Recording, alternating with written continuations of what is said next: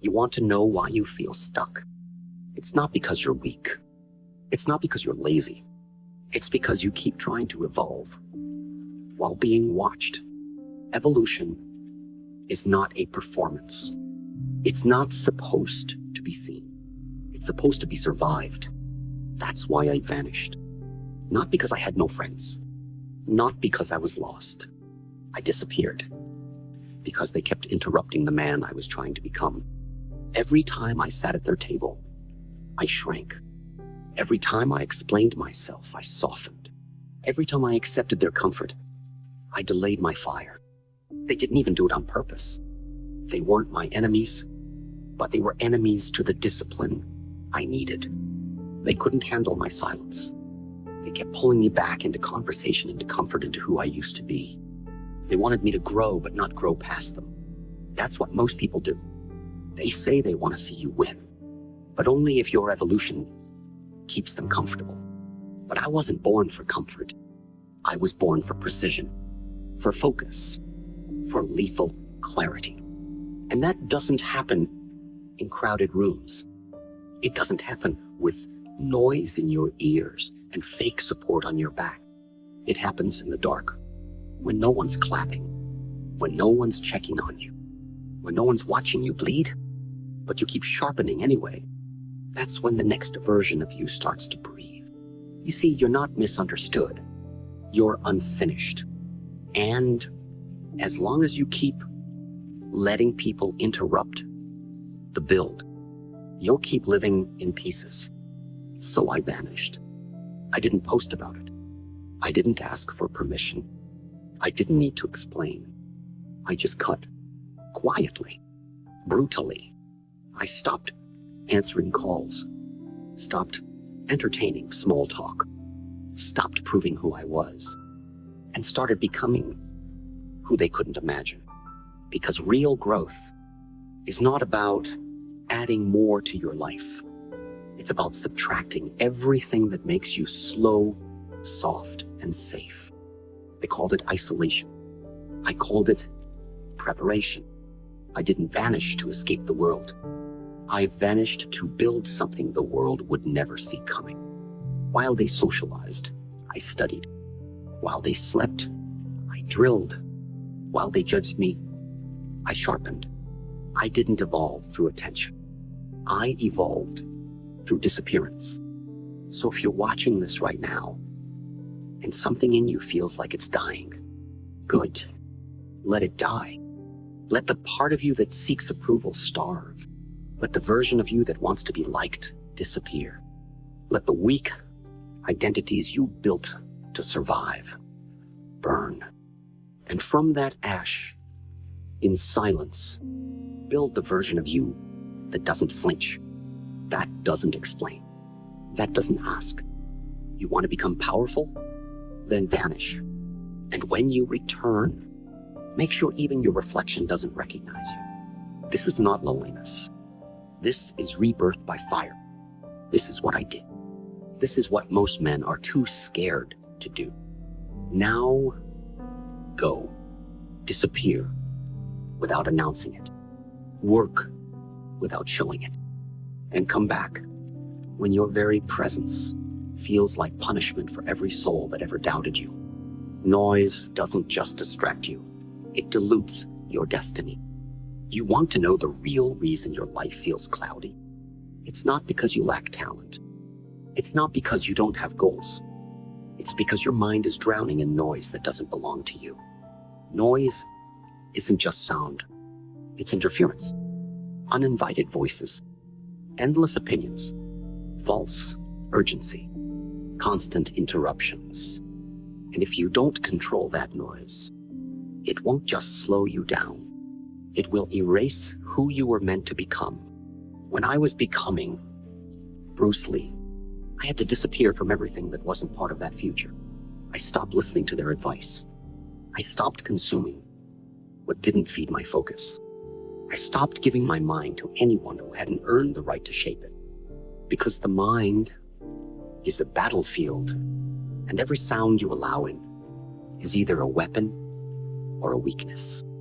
Most people have no idea how loud their life is. They wake up, scroll, eat, scroll, train, while checking their phone, sleep with noise still leaking into their subconscious. No wonder they feel lost. No wonder they can't hear themselves think. They haven't had a single day of mental silence in years. But I did, and it changed everything. Silence is not emptiness. It is the clearest mirror. It reflects every lie you've been living, every weakness you've been defending, every dream you've been shrinking to fit other people's comfort. When I cut the noise, I finally heard the truth. I wasn't weak. I was just distracted. Understand this.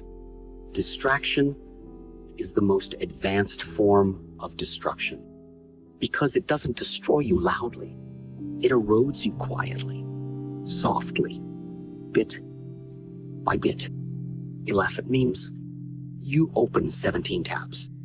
You give pieces of your mind to everything and then wonder why your destiny never arrives. You keep saying you're waiting on God, but maybe God is waiting on you to turn down the noise so you can finally hear the call. I train my mind like a sniper. Single target. No chatter. No leaks. Just silence and precision, because noise breeds hesitation. Hesitation breeds weakness. And weakness, that gets you killed mentally, spiritually, emotionally. So I made a choice. I didn't just walk away from the noise. I slammed the door shut on it, locked it, welded it shut, because I knew my destiny couldn't afford another day of mental pollution. And you, if you're watching this, if you feel numb, confused, or angry, it's not because you're broken. It's because your soul is suffocating under sound. Too many voices, too many distractions, too much access to your attention. Cut it. Not tomorrow. Not when you feel ready. Now. Silence your phone. Silence your feed. Silence the people who don't sharpen your purpose. And then go sit alone with your mind. Let it scream. Let it purge. Let it burn the noise until all that's left is the voice that was buried beneath the world. That voice, that's the one that turns you into a weapon. That's the one they're afraid of. That's the one you were born to follow. Noise doesn't just distract you.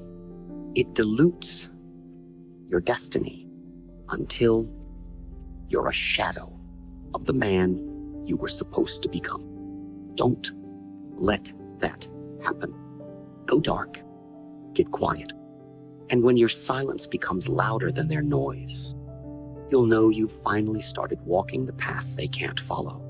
I didn't eliminate people to be alone. I eliminated them to hear my future clearly. You think being alone is a punishment. You've been taught to believe that if people leave, something's wrong with you.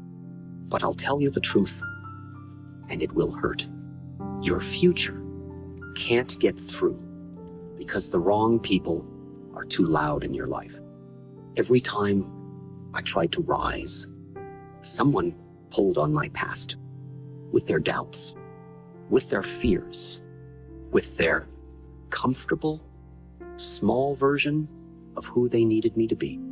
So I eliminated them, not with anger, with accuracy, not because I hated them, but because I couldn't hear myself around them anymore. You don't eliminate people to hurt them. You eliminate them because your future is trying to speak, and their presence is too loud for you to listen. Clarity needs silence, and silence can't survive in a room full of echoes. Understand this. Your future is not a group project. Your vision is not up for debate, and your greatness is not something they get to vote on. I didn't cut people off to become cold. I did it because every conversation was costing me precision. They kept talking while I was trying to build a mind that didn't flinch. Some of them were kind. Some of them were familiar. Some of them were even family. But they were still in the way. And if someone's presence keeps you confused, exhausted, doubting, drifting, then that's not company. That's contamination. Let me be blunt. You will never hear what God, destiny, or your own fire is trying to say until you silence the voices of the ones who don't carry your vision. And most people, even the ones who love you, can't handle your evolution, not because they're evil, but because they're committed to remembering the version of you that no longer exists. So what did I do? I walked away from anyone who made my future feel foggy, anyone who questioned my obsession, anyone who made my discipline feel like a threat to the friendship. Because if they can't handle your silence, they'll never understand your purpose. And when I did that, something terrifying happened. The silence got loud, loud enough for the doubts to scream, loud enough for the fears to crawl out, loud enough for the real me, the one I hadn't met yet, to step forward and say, now we train. That version of me was buried under approval, under attachment, under fake loyalty. But when I cut the noise, when I burned the bridge, he emerged, not soft, not kind, just clear, sharp, focused. You think you're loyal? Good. Then be loyal to your future, not their comfort. I didn't eliminate people to be alone. I eliminated them to stop betraying the version of me that was trying to be born. Because here's the truth, no one wants to say, if you don't walk away from what's dimming your vision, you are volunteering to stay lost. You are letting comfort kill your calling. And one day, you'll wake up, still surrounded, still liked, still included, but empty, because the man you were supposed to become never arrived. Why? Because you kept inviting the past to sleep beside you. So eliminate, not to punish, but to protect the clarity you fought so hard to find. When I did it, I lost people, but I gained something no one could ever give me. A voice that didn't tremble, a focus that didn't break, and a mind that could hear its own destiny without needing permission. Now it's your turn. Stop asking if they'll understand. Stop wondering if it makes you cold. Stop fearing the silence. Because in that silence, your real life is waiting, and it can't speak until they're gone. Every weak thought in me was drowned in ritual. You want to kill weakness, not escape it. Kill it. Then you need something most men don't have the stomach for anymore. Ritual, not motivation, not routines. You abandon next week. I'm talking about non-negotiable war codes, actions so embedded in your bones that even on your worst day, you move like you're on fire. See, every weak thought in me, every insecurity, every excuse, every self-doubt, I didn't argue with it. I didn't cry about it. I didn't post about it. I buried it under ritual. I didn't wake up and see how I felt. I woke up and executed.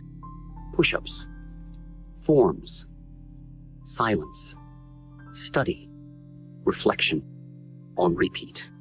Not for the world, not for followers, for the battlefield inside my skull, because you can't think your way out of weakness.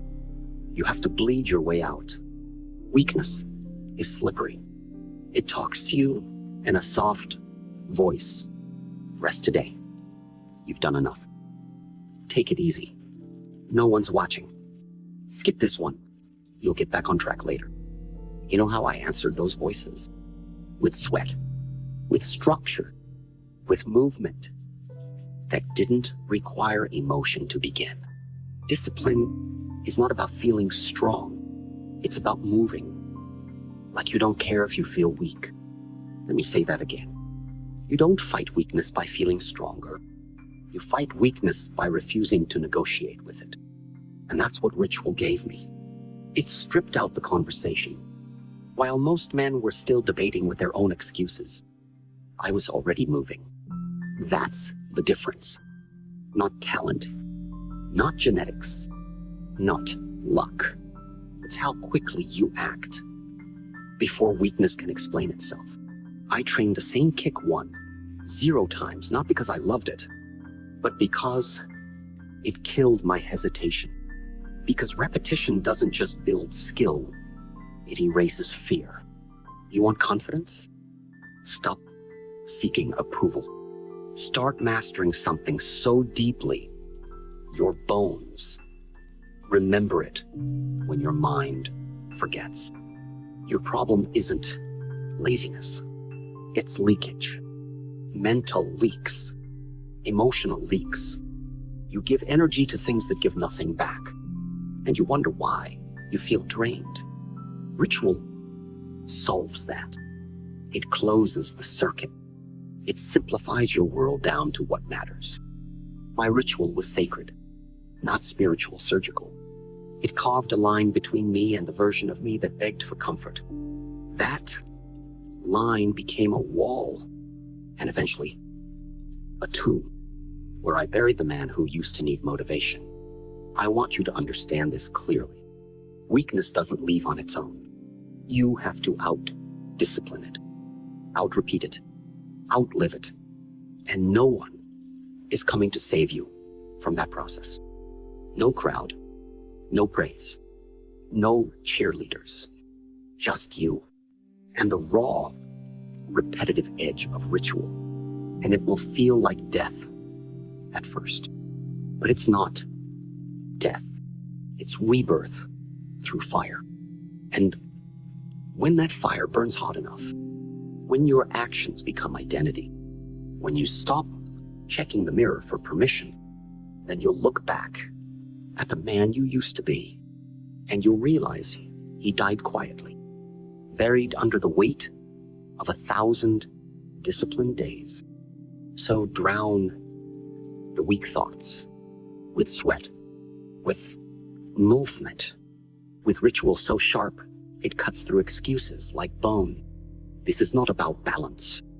This is about becoming untouchable. And it starts today. Not when you're ready, not when you feel good, but when you finally decide that weakness has overstayed its welcome. Emotion wasn't my fuel. Obsession was. You keep asking me, how do I stay motivated, Bruce? How do I stay consistent when I feel low? How do I keep going when no one supports me? Let me give you the truth most men can't handle. I didn't use emotion to drive me. I used obsession to replace emotion. Emotion is fragile. It comes and goes. Some days, it's a flame. Other days, it's dust. But obsession is permanent. Obsession replaces your blood. It becomes your oxygen. It turns every part of you into a weapon. Not just your fists, but your eyes, your breath, your silence. That's what I became. I didn't wait to feel good to train. I didn't wait for perfect conditions. I didn't wait for someone to inspire me. I moved when I felt nothing. And that's what made me unstoppable. Emotion is a luxury for people who have time to waste. But if you're trying to become dangerous, if you're trying to rewire your mind into something the world has never seen, you need obsession, not feelings. You need to become so deeply tied to your purpose that no breakup, no disappointment, no insult, no delay can pull you away from your direction. You think my fire came from passion? No, My fire came from refusal. I refused to remain average. I refused to let the world hand me a label. I refused to sleep on myself one more night. And when you refuse everything that doesn't serve your purpose, that's when obsession enters the bloodstream, and it doesn't leave. I didn't care if people thought I was intense. I didn't care if I was too focused. I didn't care if they rolled their eyes when I trained alone in the dark, because they were laughing while I was building a weapon, a mind that didn't shake, a focus that didn't blink, a discipline that didn't need applause. Let me ask you something. What do you worship? Not with your lips, not with your words, but with your hours, with your focus, with the battles you show up for when no one is watching. That is your God. And if it's not your purpose, then you're bowing to weakness, because obsession is not a choice. It's a necessity for those who are sick of the version of themselves that always, almost becomes something. An obsession doesn't care about how you feel. It doesn't wait for your mood to catch up. It doesn't care if you're tired, broken, or angry. It shows up, with or without you. So I had no choice but to become it. You see, emotion made me soft. Obsession made me surgical. Emotion got me started. Obsession made sure I never stopped. They don't talk about that part. They see the kicks, the speed, the precision, but they don't see the hundreds of nights I trained with sore bones and tired lungs. They don't see the rituals that didn't care if I felt like crying. They don't see the days I looked in the mirror and said, "You have no right to rest yet." And maybe that sounds harsh, but that's how killers are made. That's how kings are born in silence. That's how legacy is written, with discipline inked in obsession. So I'll say this to you directly. If you're tired of starting over, then stop using emotion as your fuel and let obsession hijack your identity. Become what you practice. Burn the old version. Bleed in silence. Train without mercy. Move without emotion. And by the time they notice what you've become, you won't need to say a word, because you'll be the storm they never saw coming. They thought I was training my body, but I was really starving my weakness. When they looked at me, they saw a body. They saw the kicks, the punches, the speed, the movement. But what they didn't see was what I was killing behind every rep. They thought I was building strength, but I wasn't. I was starving weakness. You see, you don't become powerful by adding more. You become powerful by removing what makes you break. And weakness doesn't live in your body. It lives in your mind. It lives in the small voice that whispers things like, "Skip today. Go easy. You've earned a break. No one's watching." That voice doesn't scream. It leaks. It drips into your habits, into your standards, into your identity. And if you don't learn to starve that voice, it will eat your future before it ever arrives. So, I didn't train just to get stronger. I trained to create a system of controlled starvation. I made my body a desert. No comfort, no softness, no negotiation, just heat, repetition, and pressure, until the weak parts of me suffocated under the weight of discipline. I didn't hamper myself. I didn't reward myself. I hunted the part of me that wanted to rest too early. Every punch, every drill, every breathless repetition was not for the world. It was for that inner war, that one-on-one fight with the invisible coward living in the corners of my mind. They don't teach you this because it's not glamorous. It's not a quote you can put on a wall. It's raw. It's violent. It's lonely. To kill weakness, you have to create a prison inside yourself, one that only the strongest version of you survives. And every time I finished a session, I wasn't proud. I was empty because I left a piece of my weakness there on the mat, on the floor, in the sweat. That's the part they never understood. I didn't train for aesthetics. I trained for war. Mental war. Spiritual war. The kind where the battlefield is silent, but the stakes are everything. And you want to grow? Then stop feeding your weakness. Stop comforting it. Stop explaining it. Stop apologizing for it. And starve it. Let your body burn. Let your mind scream. Let your lungs beg. But do not stop. Because every time you push past that breaking point, a weak part of you dies, and a dangerous part of you is born. They thought I was training my body, but I was really killing off the parts of me that used to ask for permission. The parts of me that needed applause, that needed a warm-up, that needed good weather, that needed motivation. All dead now, buried under thousands of hours of brutal self-erasure. And what rose in its place was a mind that didn't flinch, a will that didn't fold, and a soul that didn't need saving. So now I ask you, what part of you needs to die today? The lazy part? The emotional part? The distracted part? Pick one and starve it. Starve it with reps. Starve it with silence. Starve it with presence so pure, it forgets how to interrupt your rise. You're not training to look good. You're training to disappear from weakness entirely. And if you do it right, they'll never understand what you became, only that you no longer break where you used to bend. I didn't escape society. I escaped the identity they gave me. Let me tell you something they never want you to realize. Society doesn't just raise you, it builds you like a cage. And they build it early, with their labels, with their limits, with their expectations. They hand you an identity before you ever choose one. And they say, this is who you are. This is what you can become. Stay inside this box. It's safe here. I refused. Not out of rebellion, not out of anger, but out of truth.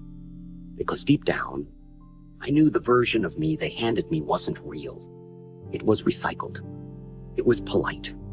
It was safe. But it wasn't mine. They said I was a fighter. They said I was an actor. They said I was Chinese. They said I was too loud, too intense, too much. But none of those labels were the full truth. They were filters, ways to shrink me into something society could explain. So I left, not to escape the world, but to escape the fiction. Because as long as you live inside their version of you, you'll always feel like something's missing, like you're pretending, like you're performing a character that looks like you, but doesn't breathe like you. And the longer you perform that version, the more you forget who you were before the world told you who to be. You're not tired because life is hard. You're tired because you've been wearing a mask that doesn't fit your soul. And I reached a moment where I couldn't carry it anymore. I had to disappear, not from people, but from the script. I had to erase the version of me they built, so I could build the version of me they could never predict. Let me ask you something directly. Who told you who you are? Who made you believe that was your only lane? That your race, your background, your pain was your limit, not your weapon? Who made you believe success had to be polite, that discipline had to be gentle, that greatness had to ask for approval? Burn it. Burn every version of you that was built to make other people comfortable. Because comfort kills identity. When I was alone, truly alone, I didn't find peace. I found rage. I found grief. I found confusion. But under all that noise, I found me. Raw, unfiltered, unlabeled. And it wasn't pretty, but it was real. And from that realness, I rebuilt. Not as Bruce Lee the celebrity, not as Bruce Lee the legend, but as Bruce the truth. So, if you feel like something's wrong with you because you don't fit in, good. That means your soul is still alive. Because real men don't fit into systems. They rebuild them. But you can't rebuild anything until you destroy the costume you've been forced to wear. I didn't escape society. I escaped the version of me that was digestible to society. And what I became instead was impossible to define, impossible to box, impossible to break. And that's why I became dangerous. Not because I was violent, but because I no longer needed their language to know my worth. I became fluent in truth, in silence, in identity that couldn't be assigned, only built. So I'll ask you once, are you still carrying names that were never yours? Still performing for people who stopped watching? Still walking in shoes that were never made for the road you're on? Then take them off. Strip it all. Erase the script. And go become the man that was buried beneath society's version of you. The man who doesn't answer to what he was told. The man who doesn't flinch when they misunderstand. The man who doesn't shrink to fit the room. That man is waiting. And he can only be born in solitude when every false identity has been bled out of your system. Now, go. Return only when your presence can no longer be defined. I wasn't alone. I was with my unseen self. They said I was isolated, that I'd gone too far, that I was alone. But they didn't understand. I wasn't in solitude because I was abandoned. I was in solitude because someone else was already in there, waiting for me. Not a person, not a mentor, not a friend, but the version of me I hadn't met yet. The one who didn't ask for applause. The one who didn't beg for clarity. The one who didn't break when things got quiet. See, everyone talks about finding yourself, but they don't tell you that the real self isn't loud. He doesn't shout over your distractions. He doesn't knock on your door. He waits in silence, in shadow, in the places you run from when the noise fades. And that's why most men never meet him, because they can't survive the silence long enough. They get bored, restless, lonely. They run back to noise, back to people, back to comfort. And so the most powerful version of them dies untouched. But I stayed. I sat in the silence until it no longer scared me, until it became my oxygen, until the unseen self, the one I buried under false names, expectations, fears, started speaking to me, not in words, in energy, in motion, in presence. He didn't motivate me. He corrected me. He didn't praise me. He dismantled me. He said things no one else had the courage to say. You've been living on potential too long. You've been performing strength, not living it. You've trained your body, but not your mind. You've been visible to the world, but invisible to yourself. And I listened, because for the first time in my life, I wasn't looking at a mirror. I was looking at a blueprint of what I could be. If I stopped explaining, stopped doubting, stopped waiting, this version of me, he wasn't emotional. He wasn't polite. He didn't care if I broke, because he wanted me to. Why? Because some parts of me had to die before he could live. And so I let them die. I let the soft faults rot. I let the fake humility crumble. I let the fear burn in the fire of ritual and isolation. And what was left was a presence, not a personality. You keep thinking you're alone, but you're not. You're just out of range, out of reach from the man buried beneath your distractions. He's not going to fight to be found. He's not going to shout through your notifications. He's not going to compete with your craving for validation. He waits in cold rooms, in early mornings, in late nights, in silent walks with no music and no applause. You'll find him the moment you stop needing to be seen. Because once you meet him, the unseen self, you'll never tolerate the old version of you again. He doesn't ask for followers. He doesn't chase women. He doesn't need the world to love him. He's too busy mastering himself in silence, in shadow, in stillness, so intense, it makes even pain feel quiet. And when you finally walk back into the world, after that reunion, you won't need to announce anything, because they'll feel it. A version of you that speaks without sound, because he was born in silence. So I'll tell you this one final time. You're not broken. You're not lost. You're not behind. You're just alone with the one person who was always meant to make you undeniable. I wasn't alone. I was finally with him. And so are you. Now go deeper. He's still waiting. You were never weak. You were just interrupted. Now that you're alone, finish the transformation. Don't come back to the world until your silence feels like a weapon.